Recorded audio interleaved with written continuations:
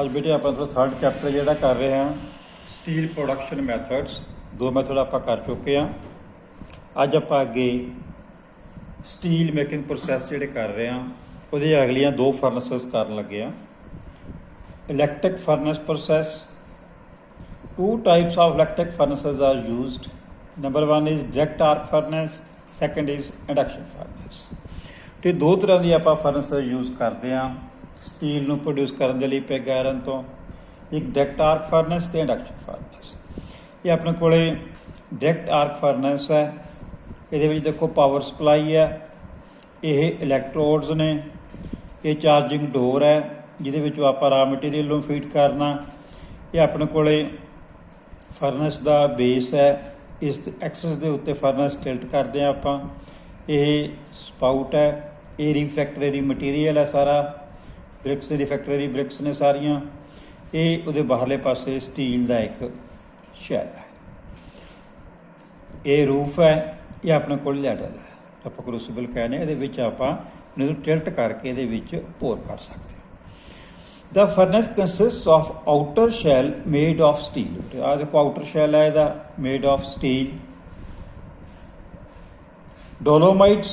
Dolomite are provided on the inner surface.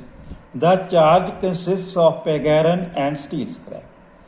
Carbon electrodes are provided and current is passed through the electrodes. And as a result of this high temperature, 2000 degree centigrade is obtained. The heat melts the charge. Impurities are separated in the form of slag. ਕਿਉਂਕਿ ਆਪਣੇ ਕੋਲੇ power supply ਹੈ ਜਾਂ ਆਪਣੇ ਕੋਲੇ electrodes ਨੇ, ਇਹਦੇ ਵਿੱਚੋਂ ਆਪਾਂ 2000 ਡਿਗਰੀ ਸੈਂਟੀਗ੍ਰੇਡ ਦਾ ਟੈਂਪਰੇਚਰ ਪਾਸ ਕਰਦੇ ਹਾਂ। ਆਪਾਂ ਰਾ ਮਟੀਰੀਅਲ ਫੀਡ ਕੀਤਾ, ਇਹ ਚਾਰਜਿੰਗ ਡੋਰ ਹੈ, ਇੱਥੋਂ ਆਪਾਂ ਕੋਲ ਕੋਈ ਮਟੀਰੀਅਲ ਨੂੰ ਫੀਡ ਕੀਤਾ, ਸਾਰਾ ਮਟੀਰੀਅਲ ਆਪਣੇ ਕੋਲ ਮੋਲਟਨ ਸਟੇਟ ਦੇ ਵਿੱਚ ਆ ਗਈ। ਮੋਲਟਨ ਸਟੇਟ ਦੇ ਵਿੱਚ ਆਉਣ ਤੋਂ ਬਾਅਦ ਜਿਹੜੀਆਂ ਇੰਪਿਓਰਿਟੀਜ਼ ਨੇ ਜਿਹਨੂੰ ਆਪਾਂ ਸਲੈਗ ਕਹਿੰਦੇ ਹਾਂ, ਇੰਪਿਓਰਿਟੀਜ਼ ਨੂੰ ਆਪਾਂ ਅਲੱਗ ਕਰ ਲੈਂਦੇ ਹਾਂ ਅਤੇ ਜਿਹੜਾ ਆਪਣੇ ਕੋਲ ਸਟੀਲ ਹੈ ਉਹਨੂੰ ਆਪਾਂ ਸੈਪਰੇਟ ਕਰ ਲੈਂਦੇ ਹਾਂ। ਨੈਕਸਟ ਆਪਣੇ ਕੋਲ ਆ ਗਈ ਇੰਡਕਸ਼ਨ ਫਰਨੈਸ। ਇਹਦੇ ਵਿੱਚ ਆਪਾਂ ਇੰਡਕਸ਼ਨ ਹੀਟਿੰਗ ਕਰਦੇ ਹਾਂ। It is use to convert pig iron into steel. High alloy steel ਔਰ special purpose alloys are produced in this furnace. In the induction furnace there are primary and secondary coils. ਇਹਦੇ 'ਚ ਆਪਾਂ furnace ਦੇ ਆਲੇ ਦੁਆਲੇ primary ਅਤੇ secondary ਕੋਇਲਸ ਨੇ, ਉਹਨਾਂ ਦੇ ਵਿੱਚੋਂ ਆਪਾਂ ਕਰੰਟ ਨੂੰ ਪਾਸ ਕਰਦੇ ਹਾਂ। When alternating current is pass through a primary coil, a magnetic field is set up due to the electromagnetic forces in the crucible. Stirring action is produced. As a result of this, homogeneous structure is obtained. ਅੱਗੇ ਆਪਣੇ ਕੋਲ ਦੇਖੋ ਬੇਟੇ ਆਪਾਂ ਦੇਖ ਰਹੇ ਹਾਂ high frequency induction furnace. ਇਹਦੇ ਵਿੱਚ ਆਪਣੇ ਕੋਲ ਕੀ ਹੈ, ਆਹ ਟਰਨੀਅਨਸ ਨੇ ਜਿੱਥੇ ਆਪਾਂ ਫਰਨੈਸ ਜਿਹਨਾਂ ਆਪਾਂ ਟਿਲਟ ਕਰਨਾ, ਉਹਨੂੰ ਰੋਟੇਟ ਕਰਨਾ। ਆਪਾਂ ਇਹਦੇ ਵਿੱਚ ਇਹ ਆਪਣੇ ਕੋਲੇ ਇਨਸੂਲੇਸ਼ਨ ਹੈ, ਇਹ ਆਪਣੇ ਕੋਲੇ ਪ੍ਰਾਇਮਰੀ ਕੋਇਲਸ ਨੇ, ਇਹ ਆਪਣੇ ਕੋਲੇ ਕਰੂਸੀਬਲ ਹੈ। ਆਪਾਂ ਜਿਹੜਾ ਅਲਟਰਨੇਟਿੰਗ ਕਰੰਟ ਹੈ ਇਹਦੇ ਵਿੱਚ ਫਰਨੈਸ ਨੂੰ ਅਲਟਰਨੇਟਿੰਗ ਕਰੰਟ ਦਿੰਦੇ ਹਾਂ। ਉਹ ਪ੍ਰਾਇਮਰੀ ਕੋਇਲਸ 'ਚ ਹੋ ਕੇ ਸੈਕੰਡਰੀ ਕੋਇਲਸ 'ਚ ਹੋ ਕੇ ਜਿਹੜਾ ਆਪਾਂ ਰਾ ਮਟੀਰੀਅਲ ਦੇ ਵਿੱਚ ਫੀਡ ਕੀਤਾ, ਸਾਰੇ ਮਟੀਰੀਅਲ ਨੂੰ ਉਹਨੇ ਮੋਲਟਨ ਸਟੇਟ ਦੇ ਵਿੱਚ ਲੈ ਕੇ ਆਇਆ। ਫਰਨੈਸ ਦਾ ਟੈਂਪਰੇਚਰ ਬਹੁਤ ਜ਼ਿਆਦਾ ਇਨਕਰੀਜ਼ ਨਾ ਕਰ ਜੇ, ਫਰਨੈਸ ਨੂੰ ਡੈਮੇਜ ਨਾ ਕਰੇ। ਆਪਾਂ ਵਾਟਰ ਸਪਲਾਈ ਨੂੰ ਵਾਟਰ ਅੰਦਰ ਭੇਜਦੇ ਹਾਂ ਅਤੇ ਵਾਟਰ ਆਊਟ ਹੈ, ਤਾਂ ਕਿ ਟੈਂਪਰੇਚਰ ਨੂੰ ਮਿਨੀਮਾਈਜ਼ ਕਰਨ ਦੇ ਲਈ ਫਰਨੈਸ ਦੀ ਜਿਹੜੀ ਲਾਈਨਿੰਗ ਹੈ ਉਹ ਖਰਾਬ ਨਾ ਹੋਵੇ। ਉਹਦੇ ਲਈ ਆਪਾਂ ਵਾਟਰ ਜਿਸ ਤਰ੍ਹਾਂ ਆਪਾਂ ਕਾਰ ਦੇ ਰੇਡੀਏਟਰ ਦੇ ਵਿੱਚ ਪਾਣੀ ਪਾਉਣੇ ਆ ਕਿ ਟੈਂਪਰੇਚਰ ਜ਼ਿਆਦਾ ਇਨਕਰੀਜ਼ ਨਾ ਕਰ ਜੇ। ਫਰਨੈਸ ਦੇ ਟੈਂਪਰੇਚਰ ਨੂੰ ਜ਼ਿਆਦਾ ਇਨਕਰੀਜ਼ ਤੋਂ ਰੋਕਣ ਦੇ ਲਈ ਆਪਾਂ ਉਹਦੇ ਆਲੇ ਦੁਆਲੇ ਵਾਟਰ ਭੇਜਦੇ ਹਾਂ ਅਤੇ ਪਾਣੀ ਨੂੰ ਠੰਡਾ ਕਰਕੇ ਬਾਹਰ ਆ ਜਾਂਦਾ। ਉਹਦੇ ਵਿੱਚ ਆਪਣੇ ਕੋਲੇ ਆਹ ਕਰੂਸੀਬਲ ਹੈ, ਇਹਦੇ ਵਿੱਚ ਆਪਾਂ ਮੋਲਟਨ ਮਟੀਰੀਅਲ ਨੂੰ ਐਡ ਕੀਤਾ, ਇੱਥੋਂ ਆਪਾਂ ਟਿਲਟ ਕਰ ਸਕਦੇ ਹਾਂ। ਆਪਾਂ ਕਰੰਟ ਭੇਜਿਆ, ਪ੍ਰਾਇਮਰੀ ਕੋਇਲ 'ਚ ਗਿਆ, ਸੈਕੰਡਰੀ ਕੋਇਲ ਦੇ ਵਿੱਚ ਗਿਆ। ਇਹ ਆਪਣੇ ਕੋਲ ਇਨਸੂਲੇਸ਼ਨ ਹੈ, ਰਿਫੈਕਟਰੀ ਜਿਹੜੀ ਆਪਾਂ ਯੂਜ਼ ਕੀਤੀ ਹੈ, ਬ੍ਰਿਕਸ ਨੇ ਆਪਣੀਆਂ ਸਾਰੀਆਂ। ਇਹਦੇ ਨਾਲ ਆਪਾਂ ਇੰਡਕਸ਼ਨ ਫਰਨੈਸ ਦੇ ਨਾਲ ਆਪਾਂ ਸਟੀਲ ਨੂੰ ਪ੍ਰੋਡਿਊਸ ਕਰ ਸਕਦੇ ਹਾਂ, ਪਿਗ ਆਇਰਨ ਨੂੰ ਸਟੀਲ ਦੇ ਵਿੱਚ ਕਨਵਰਟ ਕਰ ਸਕਦੇ ਹਾਂ। ਇਹ ਜਿਹੜੇ ਆਪਣੇ ਕੋਲ ਚਾਰ ਆਪਾਂ ਫਰਨੈਸਿਸ ਕੀਤੀਆਂ ਨੇ ਸਟੀਲ ਦੀਆਂ। ਫਿਰ ਮੈਂ ਉਸ ਦਿਨ ਵੀ ਕਿਹਾ ਸੀ ਕਿ ਇੱਕ ਆਪਾਂ ਨੂੰ ਆਇਰਨ ਦਾ ਮੈਥਡ, ਇੱਕ ਸਟੀਲ ਦਾ ਮੈਥਡ ਪੇਪਰ ਦੇ ਵਿੱਚ ਆ ਜਾਂਦਾ ਹੁੰਦਾ। ਤੁਸੀਂ ਚਾਰੇ ਫਰਨੈਸਿਸ ਨੂੰ ਆਪਣੇ ਕੋਲੇ ਬੈਸਮੈਂਟ ਪ੍ਰੋਸੈਸ ਹੈ, ਓਪਨ ਅਰਥ ਪ੍ਰੋਸੈਸ ਹੈ, इंडक्शन फर्नेस है, इलैक्ट्रिक फर्नेस है, ਇਹ ਚਾਰੇ ਫਰਨੈਸ ਨੂੰ ਚੰਗੀ ਤਰ੍ਹਾਂ ਬੇਟੇ ਫਿਗਰ ਇਹਨਾਂ ਦੀ ਡਰਾਅ ਕਰਨੀ ਹੈ ਤੇ ਇਹਨਾਂ ਨੂੰ ਤੁਸੀਂ ਚੰਗੀ ਤਰ੍ਹਾਂ ਯਾਦ ਕਰਨਾ। ਪੇਪਰ ਦੇ ਵਿੱਚ ਇਹ ਵੀ ਕੁਐਸਚਨ ਤੁਹਾਨੂੰ 5 ਨੰਬਰ ਦਾ ਆ ਜਾਂਦਾ ਹੁੰਦਾ ਹੈ। Write note on different types of cast iron, cast iron and applications. ਬੇਟੇ ਜੇ ਕਾਰਬਨ ਕੰਟੈਂਟ 2 ਤੋਂ ਲੈ ਕੇ 6.67% ਤੱਕ ਹੋਵੇ ਆਪਾਂ ਉਹਨੂੰ ਕਹਿੰਦੇ ਆ ਕਾਸਟ ਆਇਰਨ। ਜੇ ਕਾਰਬਨ 2% ਤੱਕ ਹੋਵੇ ਉਹਨੂੰ ਆਪਾਂ ਕਹਿੰਦੇ ਆ steel.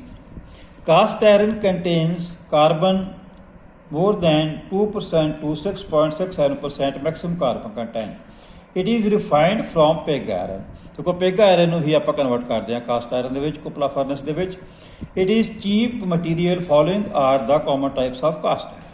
Grey cast iron it contains 2.5% to 3.75% carbon. Microstructure of grey cast iron depends upon the rate of cooling. Depend ਕਰਦਾ ਆਪਾਂ ਜਿਹੜੀ ਦੀ ਮਾਈਕਰੋ ਸਟਰਕਚਰ ਹੈ, ਜਦੋਂ ਆਪਾਂ ਮਾਈਕਰੋਗ੍ਰਾਫ ਦੇਖਦੇ ਆ ਆਪਾਂ ਕਿਸ ਤਰੀਕੇ ਦੇ ਨਾਲ ਇਹਨੂੰ ਕੂਲ ਕੀਤਾ। This type of cast iron is obtained by allowing the molten metal to cool and solidify slowly. Next is white cast iron. Due to the absence of the graphite, this metal has white color. Graphite the absence ਕਰਕੇ ਇਹਦਾ colour white ਹੁੰਦਾ ਹੈ ਤਾਂ ਆਪਾਂ ਇਹਨੂੰ white cast iron ਕਹਿੰਦੇ ਹਾਂ। White cast iron contains carbon in the form of cementite. ਸੀਮੈਂਟਾਈਟ ਕੀ ਹੁੰਦਾ? Iron plus carbon, iron carbide ਆਪਾਂ ਜਿਹਨੂੰ ਕਹਿੰਦੇ ਹਾਂ। This is obtained by rapid cooling. It contains 1.75% to 3% carbon in the form of carbide. ਅੱਗੇ ਆਪਣੇ ਕੋਲ ਆ ਗਿਆ malleable cast iron. Malleable cast iron is obtained from white cast iron. Special annealing process ਆਪਾਂ ਜਿਹੜੀ ਆਪਣੇ ਕੋਲੇ ਵਾਈਟ ਕਾਸਟ ਆਇਰਨ ਦੀ ਐਨੀਲਿੰਗ ਕਰਕੇ ਉਹਦੀ ਸੌਫਨਿੰਗ ਕਰਕੇ ਆਪਾਂ ਨੂੰ ਕਨਵਰਟ ਕਰ ਦਿੰਦੇ ਆ ਮੈਲੀਏਬਲ ਕਾਸਟ ਆਇਰਨ ਦੇ ਵਿੱਚ। It contains 2% to 3.6% carbon content. Nodular cast iron it is called spheroidal cast iron because graphite is precipitated not in the form of flakes but in the form of spheroids. This is high grade cast iron and is also called ductile cast iron. The mottled cast iron, it is a mixture of white cast iron and grey cast iron, in which carbon remains the present in the form of graphite.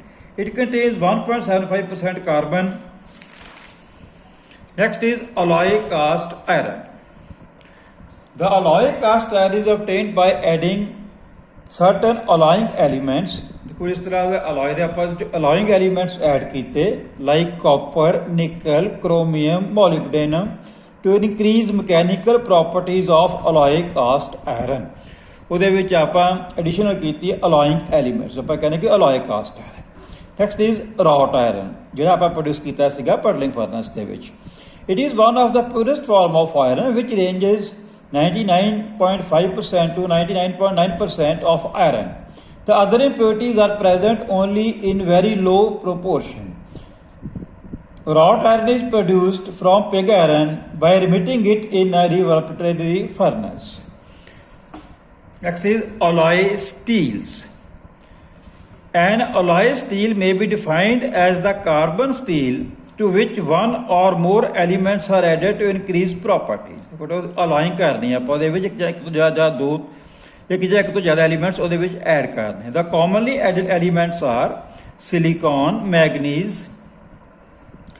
nickel, chromium, molybdenum, tungsten, vanadium, copper, boron, aluminium. Purpose of alloying, ਆਪਾਂ alloying ਕਿਉਂ ਕਰਦੇ ਹਾਂ? Purpose ਕੀ paper ਦੇ ਵਿੱਚ question ਆ ਜਾਂਦਾ ਹੈ। What is the purpose of alloying?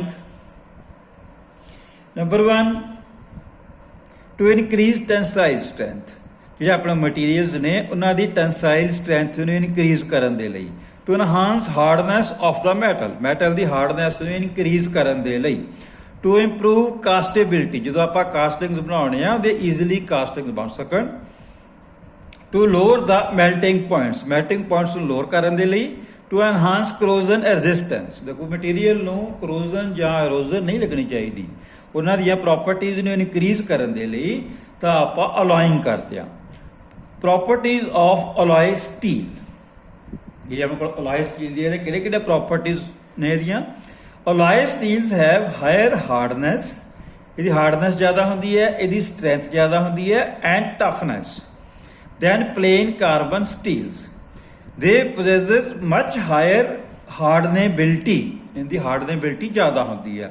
Alloy steel ਹੈ ਕਰੋਜ਼ਨ ਐਂਡ ਆਕਸੀਡੇਸ਼ਨ ਰੈਜ਼ਿਸਟੈਂਸ, ਇਹ ਇਹਨਾਂ ਨੂੰ ਜੰਗ ਨਹੀਂ ਲੱਗਦਾ ਤੇ ਆਕਸੀਡੇਸ਼ਨ ਪ੍ਰੋਸੈਸ ਆਕਸੀਜਨ ਕਰੈਕਟਰ ਵਿੱਚ ਲੈ ਕੇ ਆਉਂਦੇ ਆ ਇਹਨੂੰ, ਰੈਜ਼ਿਸਟੈਂਸ ਆਕਸੀਡੇਸ਼ਨ ਦੇ ਅਗੇਂਸਟ ਇਹਨਾਂ ਦੀ ਰੈਜ਼ਿਸਟੈਂਸ ਹੁੰਦੀ ਹੈ। ਦੇ ਪ੍ਰੋਸੈਸ ਹਾਈ ਹਾਰਡਨੈਸ ਇਹਨਾਂ ਦੀ ਜ਼ਿਆਦਾ ਹੁੰਦੀ ਹੈ। ਪੇਪਰ ਦੇ ਵਿੱਚ ਨੋਟ ਪੇਪਰ ਦੇ 5 ਨੰਬਰ ਕੁਐਸਚਨ ਇਹ ਵੀ ਆ ਜਾਂਦਾ ਹੈ, write note on alloying elements added in steel, ਕਿਹੜੇ ਕਿਹੜੇ ਆਪਾਂ ਐਲੀਮੈਂਟਸ ਨੂੰ ਐਡ ਕਰ ਸਕਦੇ ਆ ਸਟੀਲ ਦੀ ਜਾਂ ਪ੍ਰੋਪਰਟੀਜ਼ ਜਿਹੜੀਆਂ ਇਨਕਰੀਜ਼ ਕਰਨ ਦੇ ਲਈ।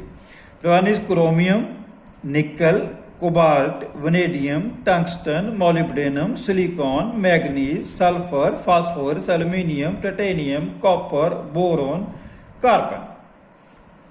ਜਿਹੜੇ ਤੁਹਾਡਾ 3rd ਚੈਪਟਰ ਅੱਜ ਖਤਮ ਹੋ ਗਿਆ। ਇਹਦੇ ਵਿੱਚ ਤੁਹਾਨੂੰ ਪੇਪਰ ਦੇ ਵਿੱਚ ਤੁਹਾਨੂੰ ਤਕਰੀਬਨ 15 ਨੰਬਰ ਦੇ ਵਿੱਚ ਕੁਐਸਚਨ ਆ ਜਾਣਗੇ। ਇੱਕ 10 ਨੰਬਰ ਦਾ ਕੁਐਸਚਨ ਆ ਜਾਏਗਾ, ਇੱਕ 5 ਨੰਬਰ ਦਾ ਕੁਐਸਚਨ ਆ ਜਾਏਗਾ। ਤੁਸੀਂ ਇਹ ਚੈਪਟਰ ਨੂੰ ਚੰਗੀ ਤਰ੍ਹਾਂ ਬੇਟੇ ਹੁਣ ਇਹਨੂੰ ਆਪਦੇ ਨੋਟਸ ਬਣਾਓ ਤੇ ਇਹਨੂੰ ਚੰਗੀ ਤਰ੍ਹਾਂ ਯਾਦ ਕਰਨਾ। ਥੈਂਕ ਯੂ ਬੇਟੇ।